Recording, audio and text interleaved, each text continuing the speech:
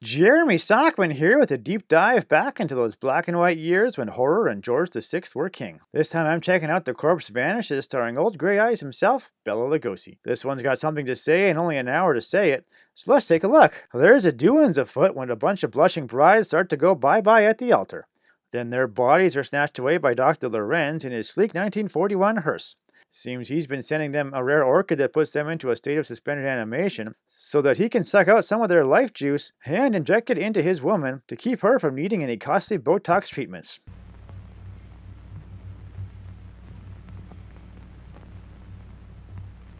Can you bear to look at me now? Of course. You're beautiful. And I shall always keep you that way. But Patricia Hunter, hotshot wannabe reporter, is on the case and sniffs out the doc's house and decides to stay there the night of a storm. Uh-oh, that wasn't a good idea.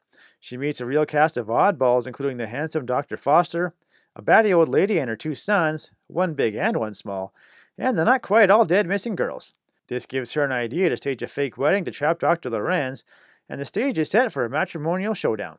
Spoiler alert, Dr. Lorenz was onto her and kidnaps her, only to get stabbed in the back by his own maid. Seems she didn't like her two sons dying and wanted revenge. Then we get a real wedding to leave us with a smile. I now pronounce you man and wife. Finally make a newspaper woman out of you, and then you have to go and quit. Now, Bela Lugosi mad scientist movies were a dime a dozen. Adjusted for inflation, maybe 2 bits a dozen. But this one is a little more than just some fancy machines and sweet beakers. You see, The Corpse Vanishes is really a warning to women against getting married at all. This movie wants them to know that whatever they were before saying I do is dead. After all that reporting and sleuthing and putting herself in danger, what does Patricia get? Married. She ties the knot with Dr. Foster and quits her job, because of course she can't have a career and be a wife. Thanks, 1942. All right, break it up. We've got headlines to write. Do I get a byline? After this, you can have a clothesline with my shirt on it. But there's a much darker metaphor at play than just trying to convince the women of the 40s that marriage wasn't worth sacrificing their dreams over.